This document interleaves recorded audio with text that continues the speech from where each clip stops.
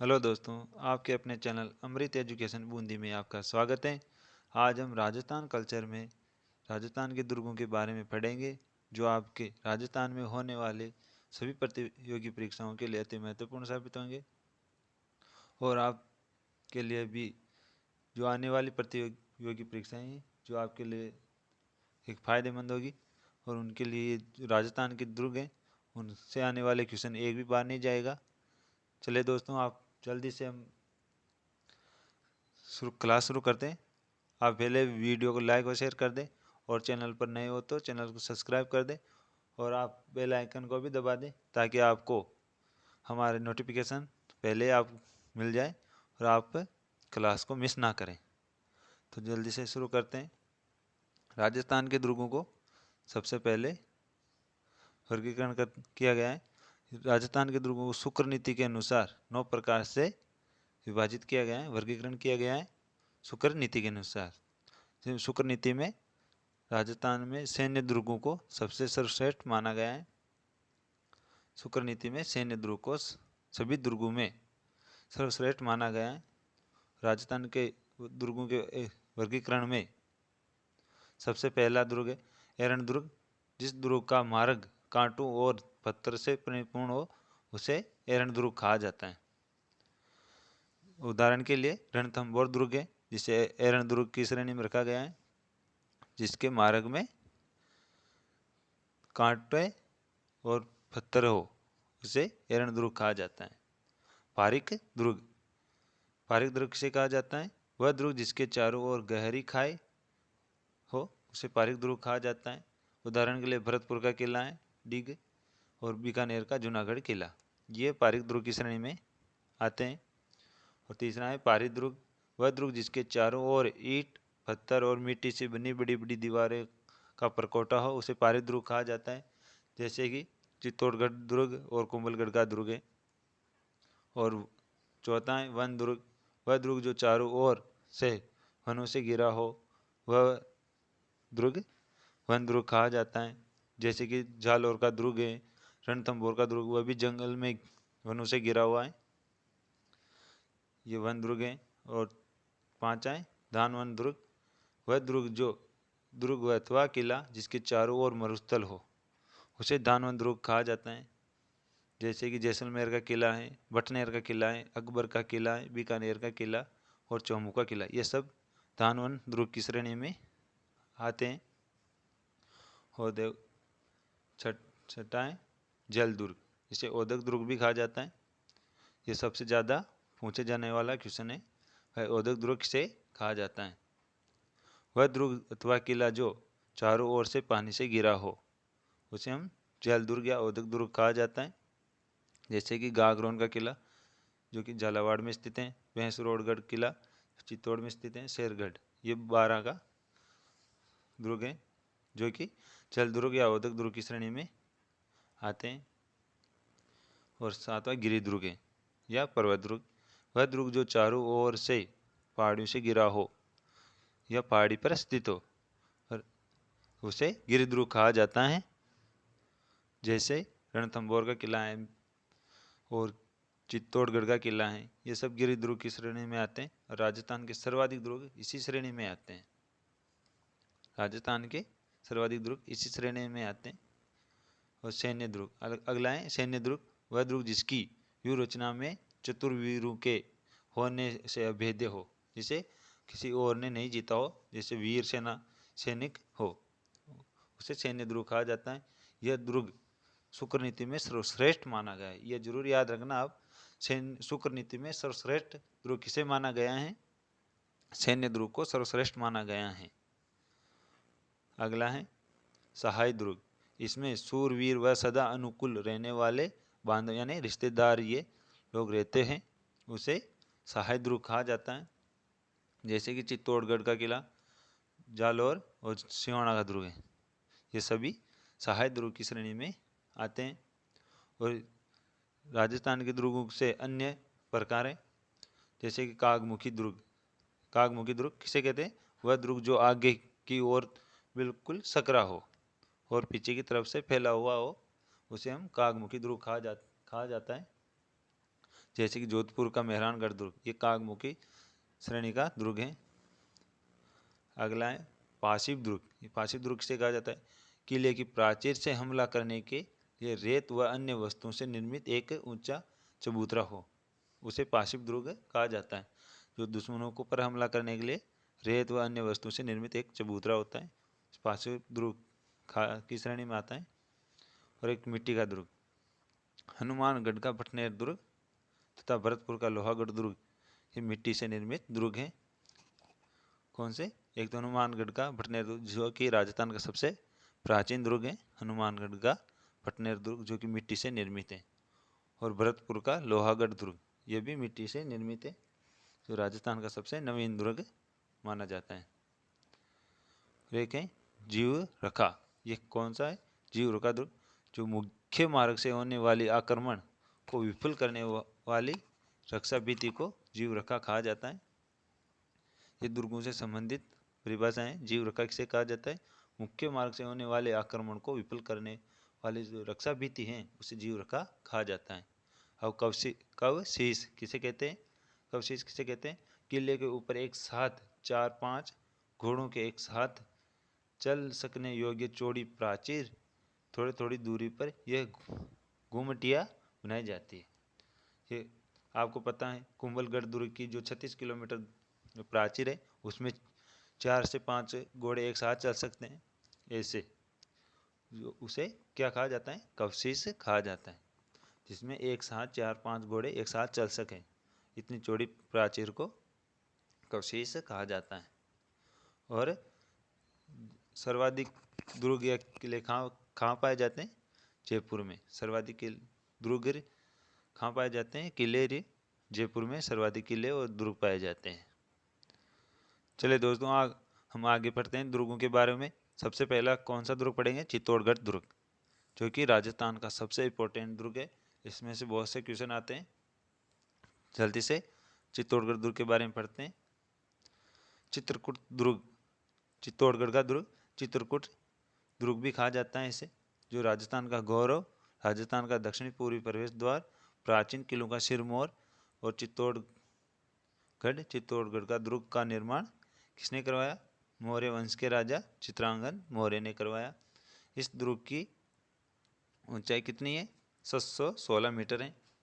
क्षेत्रफल की दृष्टि से यह राजस्थान का सबसे विशाल दुर्ग है। कौन सा? चित्तौड़गढ़ का दुर्ग क्षेत्रफल की दृष्टि से सबसे विशाल दुर्ग है। और इसकी ऊंचाई कितनी है? 716 मीटर है। और इसके उपनाम क्या? एक तो चित्रकूट दुर्ग भी कहा जाता है इसे, राजस्थान का गौरव भी कहा जाता है, और दक्षिण पूर्वी प्रवेश द्वार भी कहा जाता है, और प्राचीन किलों का सिरमौर भी कहा जाता है इसे। और इसका निर्माण किसने करवाया? किस वंश के शासक ने करवाया? मौर्य वंश के शासक चित्रांग। कहीं तो चित्रांग मिलेगा और कहीं चित्रांग मौर्य भी मिलेगा, आप कंफ्यूज मत होना।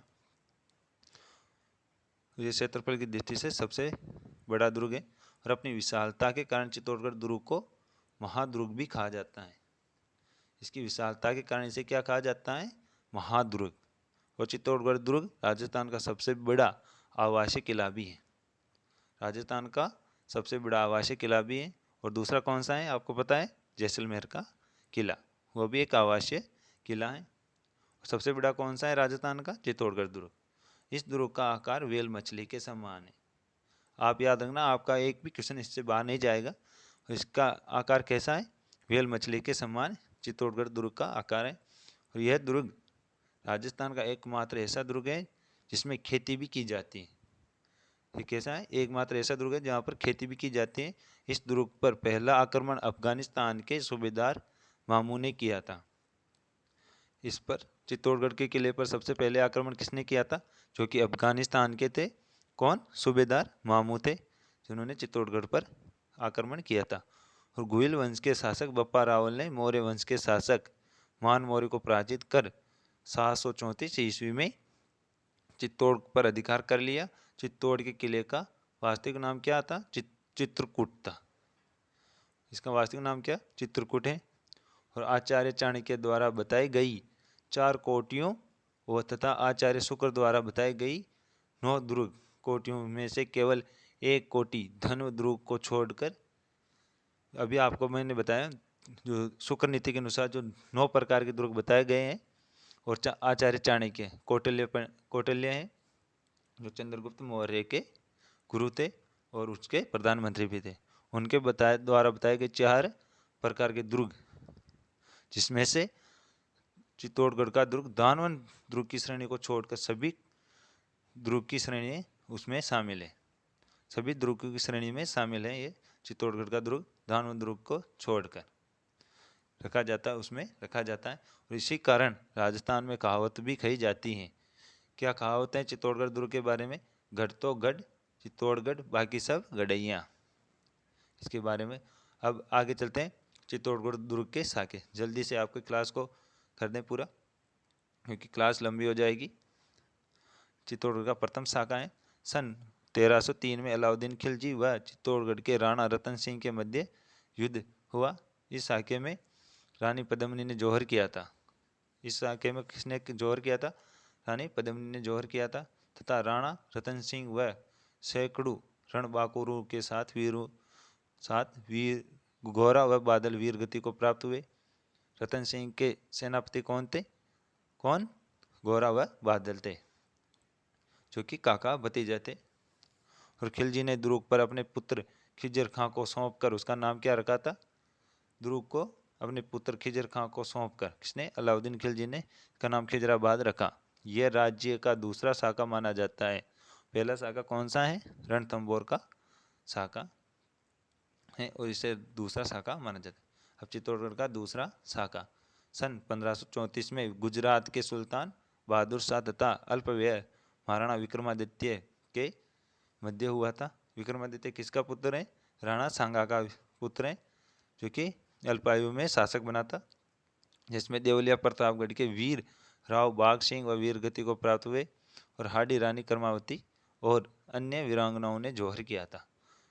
किसने किया था जौहर? किसने किया था? हाडी रानी कर्मावती ने। और केसरिया किसने किया? रावत बाघ सिंह, जो कि विक्रमादित्य के सेनापति थे। और इसी युद्ध के पूर्व रानी कर्मावती ने हुमायूं को राखी भेजकर सहायता मांगी थी। इस युद्ध के पहले रानी कर्मावती ने हुमायूं को राखी भेजकर सहायता मांगी थी, लेकिन वो नहीं आ पाए, इसलिए दूसरा साका हुआ। अब तीसरा साका चित्तौड़गढ़ का कब हुआ? 1567 में अकबर तथा राणा सांगा के पुत्र उदय सिंह के बीच यह युद्ध हुआ था, जिसमें अकबर की जीत होती है। इसमें किसकी जीत होती है? अकबर की जीत होती है। यह कब हुआ? 1567 में अकबर तथा राणा सांगा के पुत्र उदय सिंह और विक्रमादित्य के भाई के बीच यह युद्ध हुआ था, जिसमें अकबर की विजय हुई, और यह तीसरा साका हुआ। चित्तौड़गढ़ का तीसरा युद्ध लड़ने से पहले महाराणा उदय सिंह चित्तौड़गढ़ को छोड़कर घोगुंदा चले गए थे, और इसका नेतृत्व किसने किया? जयमल व फत्ता ने उदय सिंह के सेनापति थे। इन्होंने इस युद्ध का नेतृत्व किया और वीरगति को प्राप्त हुए। और इस चित्तौड़गढ़ में एक विजय स्तंभ भी है, इसके बारे में पढ़ते हैं। यह 9 मंजिला है, जो कि 9 विधियों का प्रतीक है। कितना? 9 मंजिला है, जो कि किसका प्रतीक है? 9 विधियों का प्रतीक है। यह लगभग 120 फीट ऊंचाई का है, और इसका निर्माण 1440 इसमें प्रारंभ हुआ तथा सन 1448 में बनकर तैयार हुआ।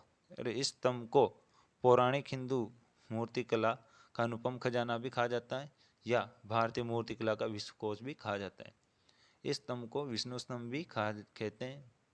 इसे क्या? विष्णु स्तंभ भी कहा जाता है, भारतीय मूर्तिकला का विश्वकोश भी कहा जाता है, और पौराणिक हिंदू मूर्तिकला का अनुपम खजाना भी कहा जाता है। किसे? विजय स्तंभ को। और इसका निर्माण 1440 से 1448 में किसने करवाया था? महाराणा कुंभा ने करवाया था। किसने करवाया? महाराणा कुंभा ने इसका निर्माण करवाया था। और इसकी क्या विशेषता है? 1300 चित्तौड़गढ़ के बारे में 1303 ईस्वी में अलाउद्दीन खिलजी व राणा रतन सिंह के मध्य प्रथम साका हुआ।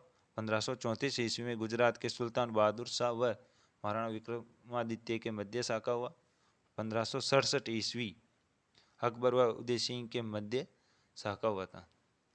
तीसरा साका है चित्तौड़गढ़ का, कब हुआ था? 1567 ईस्वी में अकबर व उदय सिंह के मध्य हुआ। चित्तौड़गढ़ दुर्ग की परिधि कितनी है? चित्तौड़गढ़ दुर्ग की परिधि कितनी है? 13 किलोमीटर है। ये आपके वन लाइनर क्वेश्चन है, ये आपको ध्यान रखना है।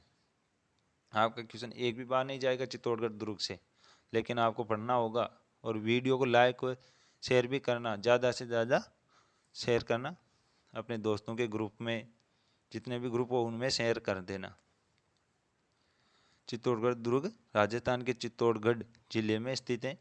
और चित्तौड़गढ़ दुर्ग की आकृति कैसी है? व्हेल मछली के समान है।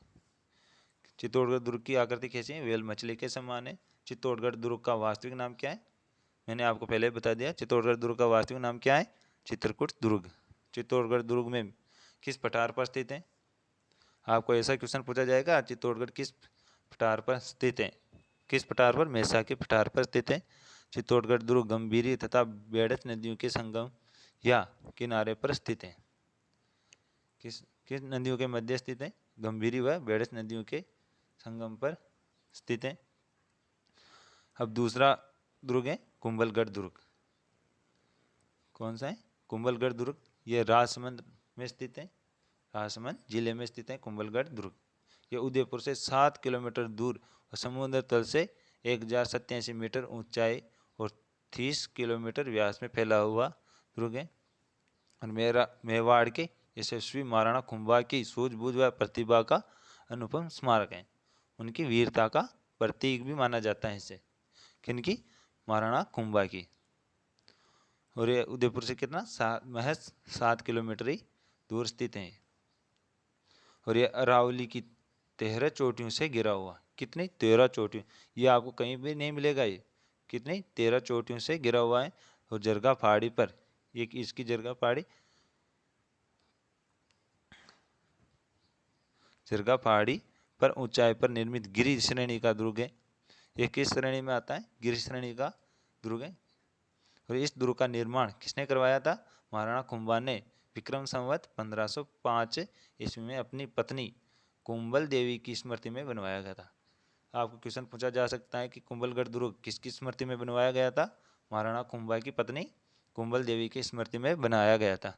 इस दुर्ग का निर्माण कुंभा के प्रमुख शिल्पी मंडन व देख रेख में हुआ था। किसकी देख रेख में? मंडन की देख रेख में हुआ था। दुर्ग का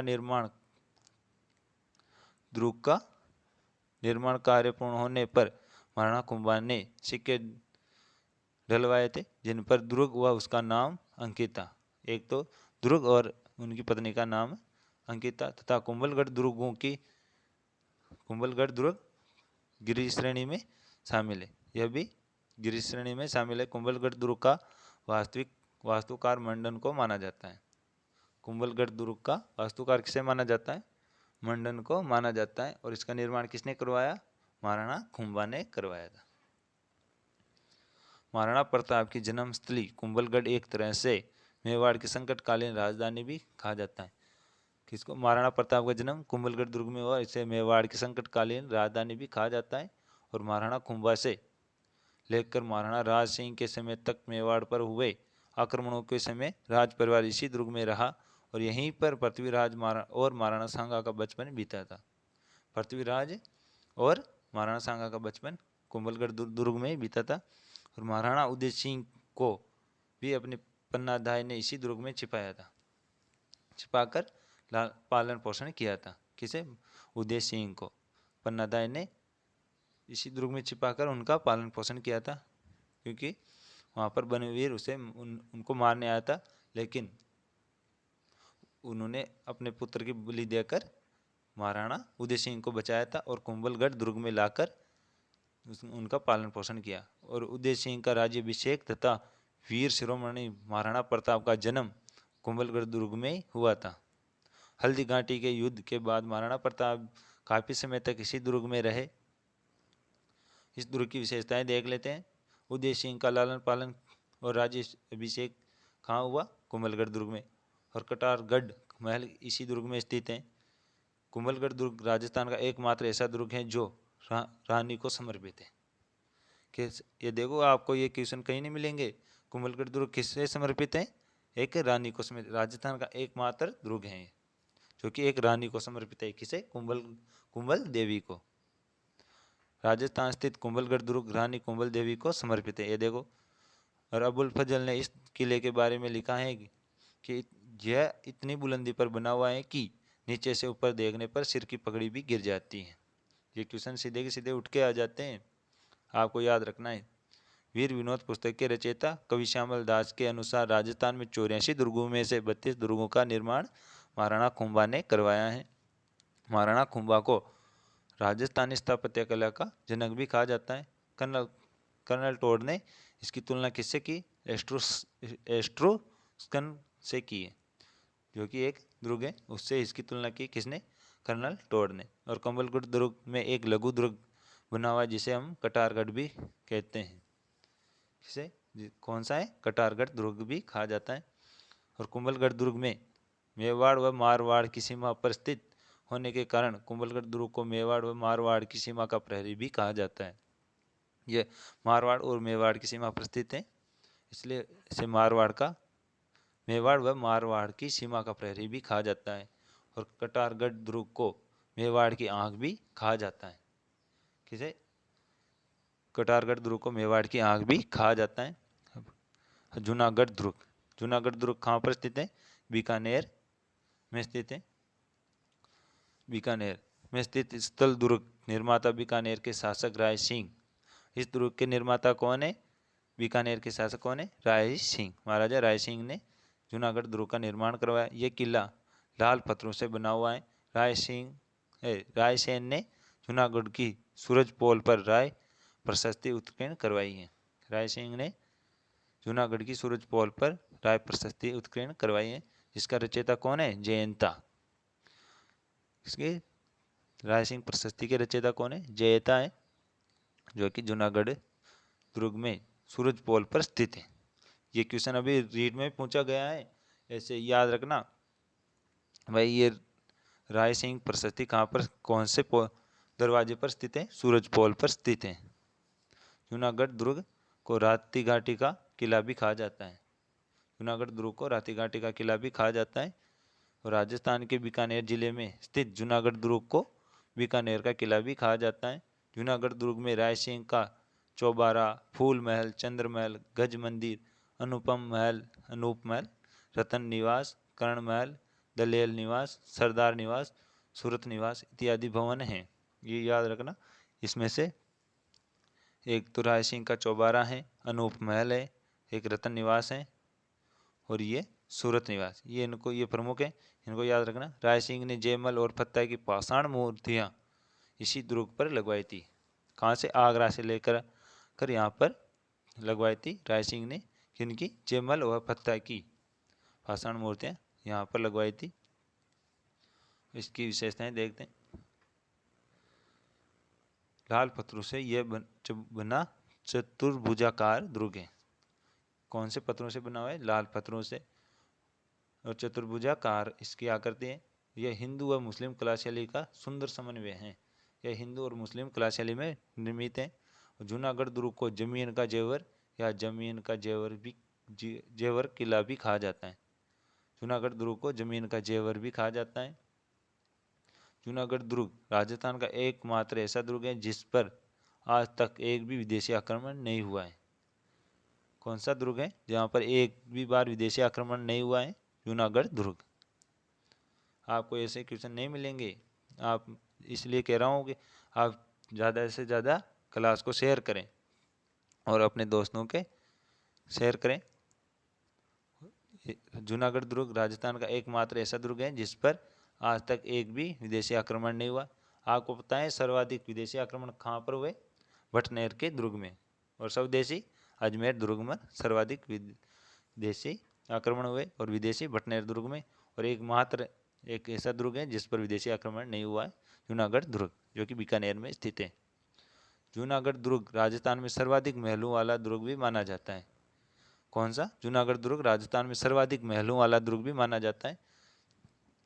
प्रथम विश्व युद्ध में में ली गई हवाई जहाज राजस्थान के जूनागढ़ दुर्ग में स्थित है। प्रथम विश्व युद्ध में काम में ली गई हवाई जहाज राजस्थान के जूनागढ़ दुर्ग में स्थित है।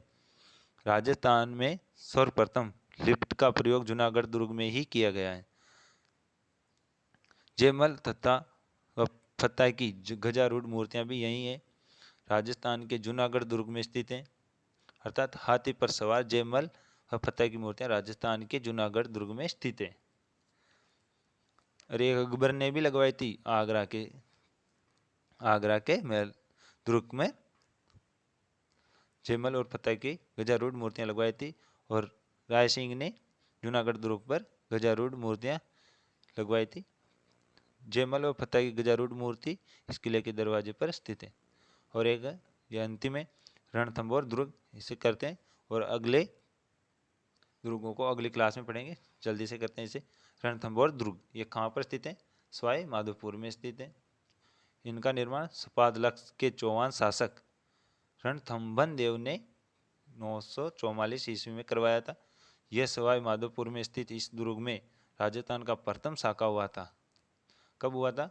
1301 ईस्वी में अलाउद्दीन खिलजी व हमीर देव चौहान पर आक्रमण से समय हुआ था। तब महारानी रंगा देवी ने जौहर किया था। किस किस के मध्य हुआ था यह प्रथम साका? अलाउद्दीन खिलजी ने हमीर देव चौहान पर आक्रमण किया था और उस समय जौहर किसने किया था?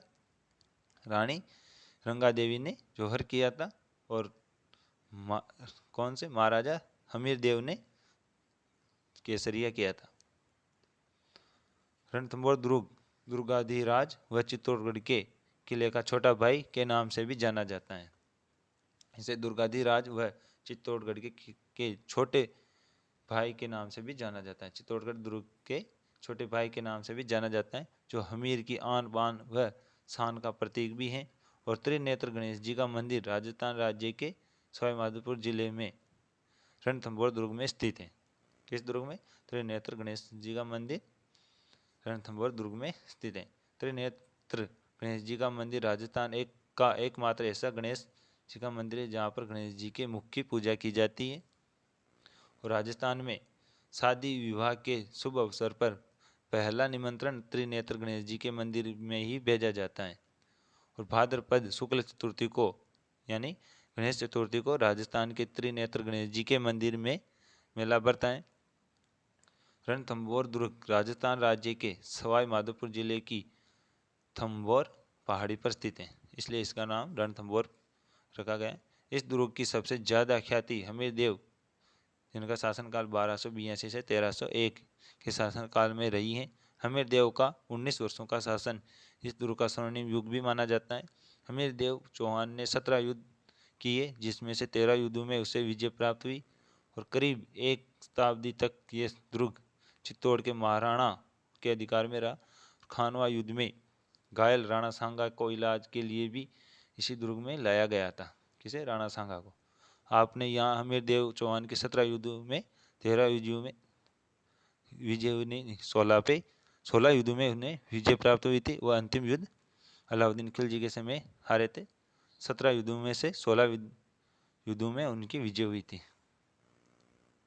इस दुर्ग की विशेषताएं। अबुल फजल ने इस दुर्ग के बारे में लिखा है, अन्य सब दुर्ग नंगे हैं जबकि यह दुर्ग बख्तरबंद है।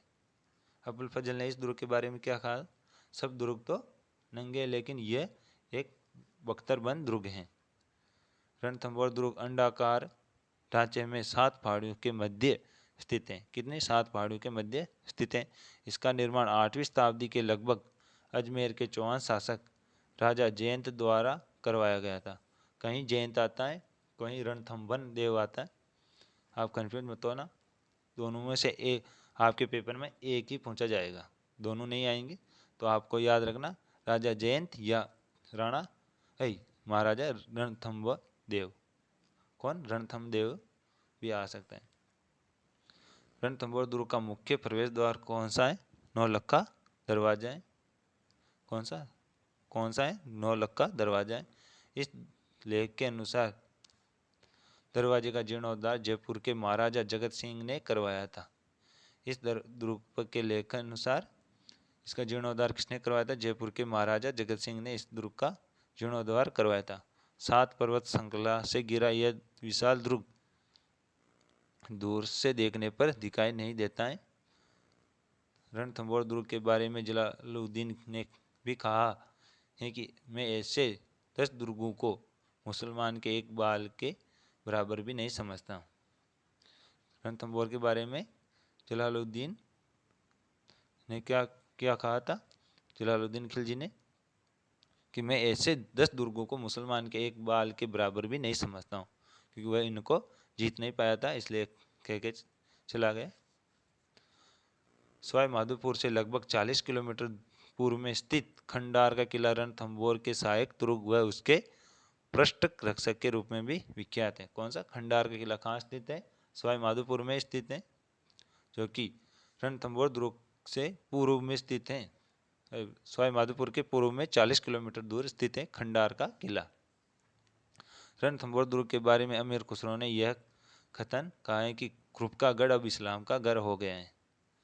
जब अलाउद्दीन खिलजी ने रणथंभौर को जीता था, उस समय अमीर खुसरो ने कहा था क्रुप का गढ़ अब इस्लाम का घर हो गया है।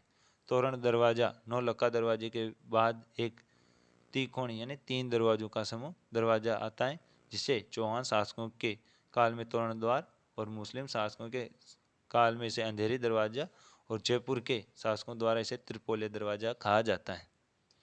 किसे? तोरण द्वार को जयपुर के शासकों द्वारा त्रिपोलिया दरवाजा कहा जाता है। यह आपके हमने 3 दुर्गों के बारे में पढ़ा है।